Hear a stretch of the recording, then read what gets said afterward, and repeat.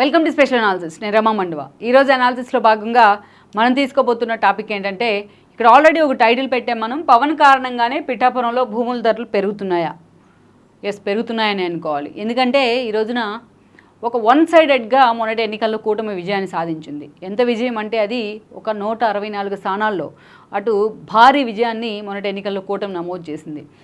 నమోదు చేయడం ఒక ఎత్తు అయితే ఈరోజు మెజారిటీ ఆల్మోస్ట్ 35 స్థానాలకు పైగా వైఎస్ఆర్సీపీ ఓటమి చెందిన ప్లేసుల్లో 50,000కు పైగా మెజారిటీలు వచ్చినాయంటే మనం అర్థం చేసుకోవచ్చు ఏ స్థాయి గెలుపు అనేది. గెలవడం ఒక ఎత్తు, సీట్లలో నెంబర్ గేమ్స్ ఇవన్నీ ఒక ఎత్తు అయితే మెజారిటీ కూటమి వైపు నుంచి పోటీ చేసిన అభ్యర్థులు అటు ఎంపీస్ కావచ్చు ఇటు ఎమ్మెల్యేస్ కావచ్చు వాళ్ళు సాధించిన మెజారిటీస్ ఆ స్థాయిలో ఉన్నాయంటే మనం అర్థం చేసుకోవచ్చు అది ఏ స్థాయి విజయము అనేది. ఇక వేరేజ్ మనం ఇక్కడ డిప్యూటీ సీఎంగా ఆల్రెడీ పవన్ కళ్యాణ్ ప్రమాణ స్వీకారం చేస్తున్నారు. అండ్ దెన్ చంద్రబాబు నాయుడు సీఎంగా ప్రమాణ స్వీకారం చేశారు. ఆల్రెడీ మంత్రులు క్యాబినెట్లు కూడా కొంత పంచుకున్నారు. ఆల్రెడీ పాలన మీద కూడా ఫోకస్ పెట్టున్నారు. ఇదంతా ఒక ఎత్తు అయితే జనసేన విషయానికి వస్తే 21 అవుట్ ఆఫ్ 21 సీట్స్ అంటే 100% స్ట్రైక్ రేట్ సాధించి ఈరోజు పవన్ కళ్యాణ్ నిజంగానే టాక్ ఆఫ్ ది ఏదైతే ఏపీ అయ్యారు, ఒక హీరోగా నిలబడ్డారనుకోవాలి నెంబర్ గేమ్లోని. ఆల్మోస్ట్ ఆయన ఈసారి చూసినట్లయితే పవన్ కళ్యాణ్ టార్గెట్ చేస్తూ అనేక మంది మాట్లాడుతూ వచ్చినా, అనేక మంది పవన్ కళ్యాణ్ ఎందుకు తగ్గుతున్నారు 21 సీట్లే ఎందుకు తీసుకుంటున్నారని విమర్శలు చేసిన, పవన్ కళ్యాణ్ను చంద్రబాబు నాయుడు దగ్గర భిక్ష తీసుకుంటున్నారా అని కూడా వైఎస్ఆర్సీపీ గేల్ చేసిన, ఇవన్నీ పక్కన పెట్టి ఆయన ఎన్ని సీట్లు కాదు తీసుకున్న సీట్లో ఎంతవరకు గెలుస్తామనేదే తన టార్గెట్ అంటూ మాట్లాడారు. బట్ ఆ టార్గెట్ను కూడా ఆయన జనసేన శ్రేణులు కావచ్చు అదేవిధంగా ఆయన అభిమానులు కావచ్చు అదే స్థాయిలో ఆ టార్గెట్కి అనుగుణంగా పనిచేశారు ఆయన ఇచ్చిన పిలుపు మేరకు. ఈరోజు అందుకే 100% స్ట్రైక్ రేట్తో ఈరోజు జనసేన నిజంగా 100 అవుట్ ఆఫ్ 100 మార్క్స్తో ఘన విజయాన్ని అయితే సాధించింది. అయితే ఇక్కడే ఒక ట్విస్ట్ ఏంటంటే పవన్ కళ్యాణ్ తాను సీఎంగా ప్రమాణ స్వీకారం చేయకముందు నుంచి, డిప్యూటీ సీఎం అనే పదవి తనకి ఇవ్వకముందు నుంచి, తను ప్రమాణ స్వీకారం చేయకముందు నుంచే పిఠాపురం మీద చాలా సీరియస్గా ఫోకస్ పెట్టారు ఆయన. మనం గతంలో చూసినట్లయితే కూడా పవన్ కళ్యాణ్ 2014లో ఆయన పార్టీతోని ఏదైతే రాజకీయ వేదిక మీదకి రావడం జరిగింది. బట్ ఆ ఎన్నికల్లో అప్పటికే ఎన్డీఏలో టీడీపీ అఫిషియల్గా చేరుంది. అప్పుడు పోటీ చేసేందుకు చాలా తక్కువ సమయం ఉన్న పరిస్థితుల్లో పవన్ కళ్యాణ్ ఆ రోజున టీడీపీ అండ్ బీజేపీ కూటమికి మద్దతు ఇచ్చున్నారు. వాళ్ళిద్దరూ కూడా అధికారాన్ని కేంద్రంలో రాష్ట్రంలో పంచుకున్నా, బట్ పవన్ కళ్యాణ్ మాత్రం తనకు పదవులు ముఖ్యం కాదు ప్రశ్నే ముఖ్యం అంటూ కూడా చాలా చోట్ల తాను ప్రజల సమస్యల్ని ప్రశ్నిస్తూనే ఉంటానంటూ చాలా ఉద్దానం మొదలుకున్న అనేక ఇష్యూలను ఆయన హైలైట్ చేస్తూ వచ్చారు. ఇక ఆ తర్వాత మనం చూస్తే తర్వాత టీడీపీతో కొన్ని రోజులు డిఫర్ అయ్యారు, లెఫ్ట్ పార్టీస్తో కలిశారు. అండ్ దెన్ 2019 ఎన్నికల్లో సోలోగా వెళ్ళున్నారు. తాను 2 చోట్ల పోటీ చేశారు, భీమవరం గాజువాక 2 చోట్ల పోటీ చేస్తే 2 చోట్ల ఆయన ఓడిపోయినారు. బట్ అదే సమయంలో ఆయన పార్టీ ఖాతాలో కేవలం 1 స్థానం మాత్రమే వచ్చింది, అది కూడా రాజోలు. అక్కడి నుంచి గెలిచిన వరప్రసాద్ కూడా ఆ తర్వాత రోజుల్లో వైఎస్ఆర్సీపీకి వెళ్ళిపోయినారు. ఆయన మొన్న ఎంపీగా కూడా పోటీ చేసి ఓడిపోయారు ఆయన. ఇక ఆ తర్వాత మనం చూస్తే కొన్ని రోజుల పాటు పవన్ కళ్యాణ్ని వైఎస్ఆర్సీపీ టార్గెట్ చేసిన తీరు మాత్రం చాలా అసహ్యకరంగా ఉందని చెప్పుకోవాలి. ఆయన ఫ్యామిలీని వదిలిపెట్టలేదు, ఆయన పిల్లల్ని వదిలిపెట్టలేదు, ఆయన సినిమాలని వదిలిపెట్టలేదు, వ్యక్తిగతంగా ఆయన క్యారెక్టర్ని వదిలిపెట్టలేదు. అనేక రకాలుగా పవన్ కళ్యాణ్ని హరాస్ చేస్తూ వచ్చింది వైఎస్ఆర్సీపీ. ఈ క్రమంలోనే పవన్ కళ్యాణ్ బీజేపీతో ముందుగా పొత్తులు కుదుర్చుకున్నారు. ప్రభుత్వ వ్యతిరేక ఓటు చీలనివ్వను అనే ఒకే ఒక కాన్సెప్ట్తో చాలా క్లియర్ కట్ ఎజెండాతో ఆయన డే 1 నుంచి ముందుకెళ్ళడం జరిగింది.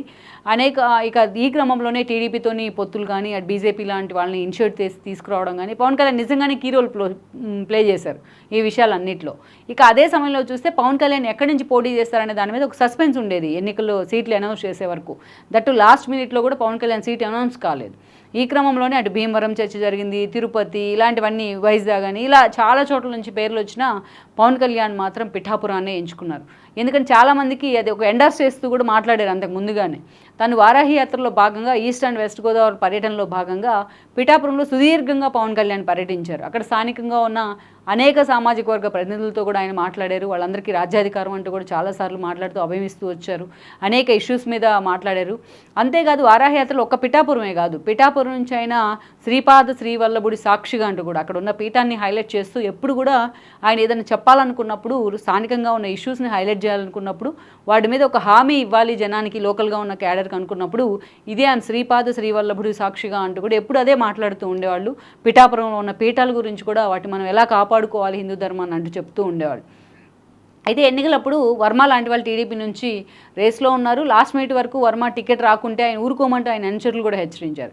బట్ వర్మని కన్విన్స్ చేసి చంద్రబాబు నాయుడు లాస్ట్ మినిట్లో పవన్ కళ్యాణ్ అండ్ చంద్రబాబుని కన్విన్స్ ఇద్దరు చేసి మరీ పిఠాపురం టికెట్ తెచ్చుకున్నారు. స్వయంగా పవన్ కళ్యాణే వర్మ ఇంటికి వెళ్ళి మరీ తన గెలుపులో వర్మను భాగస్వామ్యం చేసుకున్నారు ఈ రోజున. అందుకే అందరూ పవన్ కళ్యాణ్ ఎమ్మెల్యేగా గెలిస్తే అది వర్మ గెలుపుగానే జనసేన సైనికులు కూడా ఈరోజు చెప్పుకుంటున్నారంటే ఆ స్థాయిలో వర్మ పనిచేశారు అక్కడ పవన్ కళ్యాణ్ కోసం. సో ఒక మెట్టు దిగి మరీ ఈరోజు పవన్ కళ్యాణ్ స్వయంగా వర్మను ఓన్ చేసుకుంటున్న తీరు మాత్రం ఎవరు మర్చిపోలేరని అనుకోవాలి.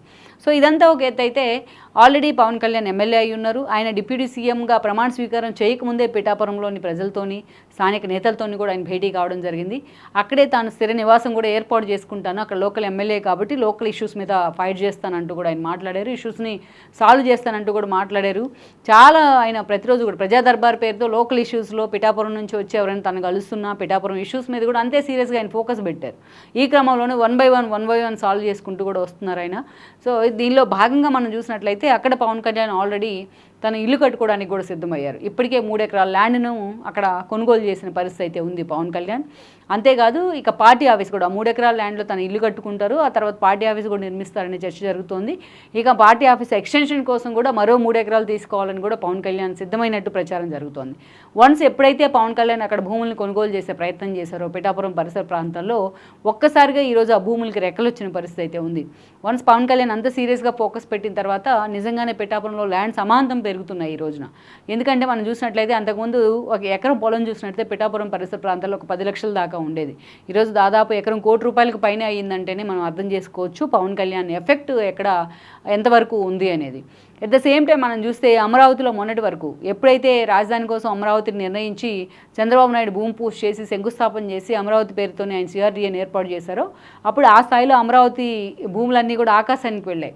ఇన్సైడర్ ట్రేడింగ్ పేరుతోని రియల్ ఎస్టేట్ పేరుతోని ఏ స్థాయిలో జగన్మోహన్ రెడ్డి విమర్శలు చేసినా ఆ భూముల ధరలు ఎప్పుడు కూడా తగ్గలేదు అక్కడ. వన్స్ జగన్మోహన్ రెడ్డి వచ్చి ఎప్పుడైతే 3 రాజధానుల అంశాన్ని తెర మీదకి తీసుకొచ్చారో ఆల్మోస్ట్ అమరావతి నిర్వీర్యమైంది చాలా రోజుల పాటు. ఇక అక్కడ భూముల్లో కూడా పూర్తి స్థాయిలో భూములు అక్కడ ఉన్న రోడ్లను కూడా తవ్వుకునే పోయిన పరిస్థితి, సిటీ యాక్సెస్ రోడ్లన్నీ ధ్వంసం చేసిన పరిస్థితి ఉంది. అమరావతి ఉద్యమం అనేది 5 ఏళ్ల పాటు సజీవంగా ఉంది ఆ భూముల్లో జీవం లేనప్పటికీ. బట్ ఆ రైతుల ఏదైతే ఘోష కావచ్చు, కంఠశోష కావచ్చు, వాళ్ళ కమిట్మెంట్ కావచ్చు, ఈరోజు మళ్ళా కూటమి అధికారంలోకి వచ్చింది. చంద్రబాబు నాయుడు సీఎం అయిన తర్వాత ఈరోజు అమాంతం అమరావతి భూములు కూడా మళ్ళీ రెక్కలొచ్చిన పరిస్థితి. అక్కడ నిజంగానే రియల్ భూమి పెరుగుతోంది అని కూడా చర్చ జరుగుతుంది. వాస్తవం కూడా అది. ఈరోజు రైతులు ఎవరైనా కొనడానికి రియల్ ఎస్టేట్ వెంచర్స్ వేసే వాళ్ళు వస్తున్నా అక్కడ రైతులు అమ్మడానికి సిద్ధంగా లేరు. ఆ స్థాయిలో భూములు అక్కడ ధరలు పెరుగుతూ ఉన్నాయి. సేమ్ ఒక పాజిటివ్ వైబ్తో గవర్నమెంట్ ఫామ్ అయిన తర్వాత ఈ చంద్రబాబు నాయుడు అమరావతిలో భూములు కావచ్చు, అటు పిఠాపురంలో పవన్ కళ్యాణ్కి సంబంధించి ఆయన కొనుగోలు చేసిన భూముల తర్వాత పిఠాపురంలో భూముల పెరుగుదల కావచ్చు. ఒక పాజిటివ్ వైబ్తో గవర్నమెంట్ ఫామ్ అయిన తర్వాత వాళ్ళ పరిపాలన కూడా ఒక పాజిటివ్ సెన్స్లో ఉండబోతుందంటానికి ఇది ఒక నిదర్శనం అని అనుకోవాలి. సో వైఎస్ఆర్సీపీ దీన్ని ఒక రియల్ ఎస్టేట్ భూమిగా కొట్టిపడేయచ్చు కానీ బట్ వ్యక్తులతోని అద్భుతాలు సాధ్యమవుతాయా అంటూ కూడా జగన్మోహన్ రెడ్డి చాలాసార్లు మాట్లాడారు. చంద్రబాబు ముఖం చూసి రాష్ట్రానికి ఇండస్ట్రీస్ వస్తాయా అంటూ కూడా గేల్ చేసిన సందర్భాలు ఉన్నాయి. ఇవాళ చంద్రబాబు నాయుడు ముఖం చూసే అమరావతి భూములు పెరుగుతున్నాయి, ఒక బ్రాండ్.